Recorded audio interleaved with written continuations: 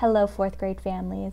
I've received several questions about the Maryland State Notebook project, and I wanted to give just a general overview of what to expect over the next 2 quarters.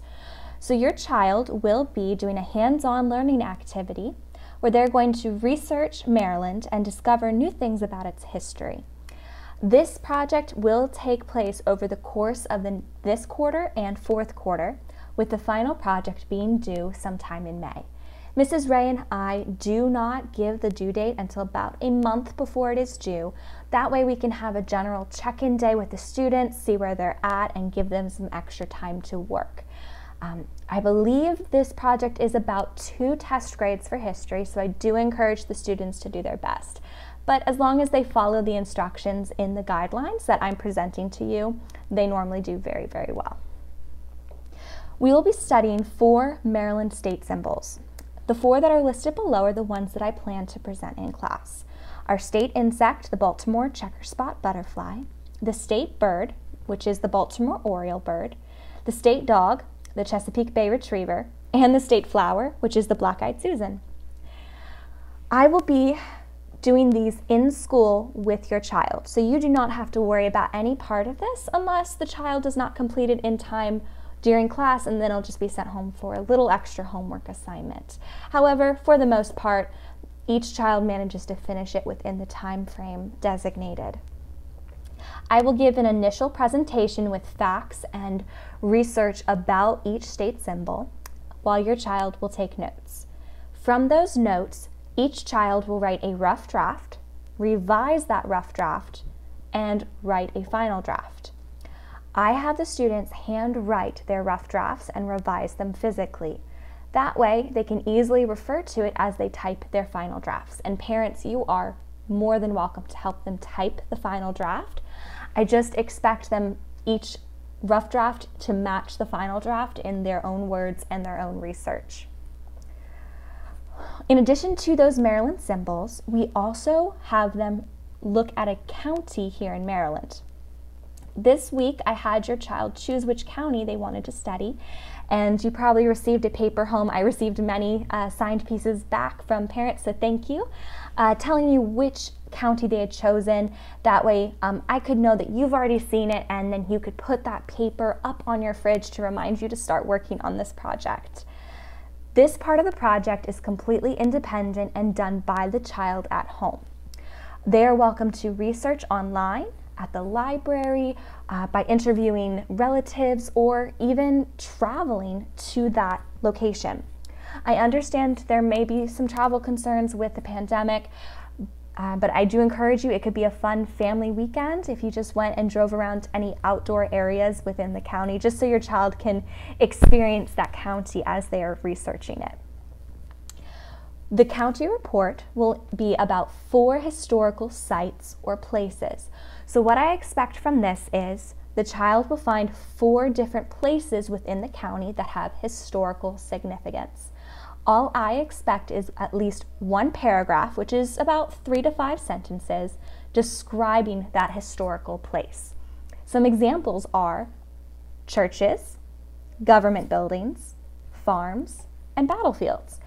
If you happen to know of an old train track or an old railroad system that runs through that county, you could take your child there, take a picture with them standing next to the sign, or an old park, or even if they were in the county where Ellicott City is, they could find some of the old mills there and take a picture of that.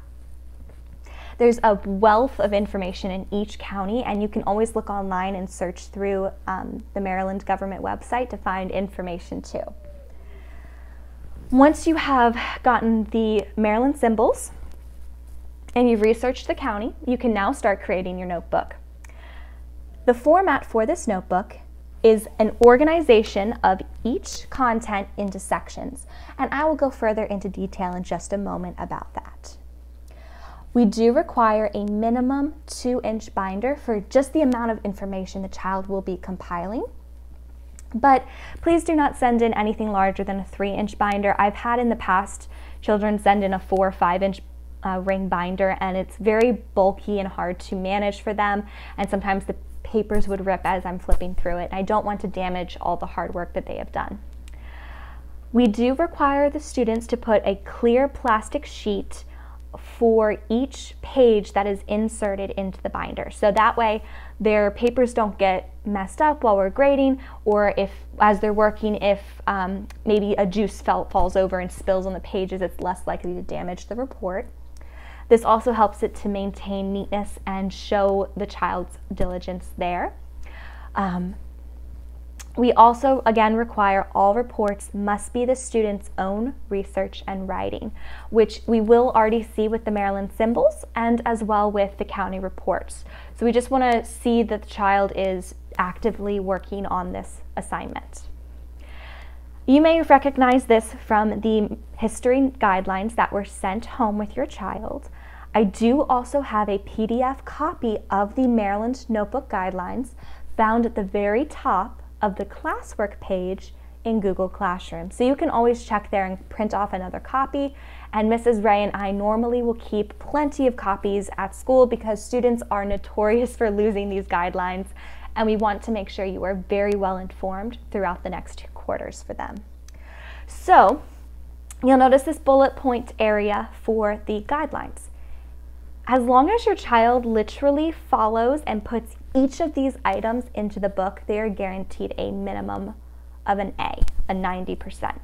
Then beyond that, we just look for the content and the formatting of what they wrote and how they presented their ideas. So the cover sheet will contain the student's name, the assigned county that the student chose. So if they chose Anne Arundel County, it'll be on there. And maybe a picture or two, something that makes them think of Maryland. So I've had students put a drawing of Maryland on there, or the Maryland state symbol on there. It just goes in the very front of the binder, so that clear overlay. So that way it's kind of like a book cover for us as we open the binder. Once we open the binder, we expect to see a title sheet. The title sheet will include the name of the student, the county, and the date. I have had students just copy off 2 versions of their cover sheet and put one in the front and then make that also their title sheet. And that works perfectly as well because they still contain their name, the county, and the date. It's perfect. After that, when we flip the next page, we look for the table of contents. Because there's so much information being put into this assignment, we, as the teachers, want to be able to say, okay, I want to make sure that they have the county with the 4 historical sites. So you may put at the very top of the table of contents the flag of Maryland, and then put a couple dots and put 3, just to let us know that on page 3, that's where we can find the flag of Maryland. This just helps us keep everything in order and organized. And as you can see, this step may be typed or written last because you're compiling so much, you don't know where you're putting things until the very end.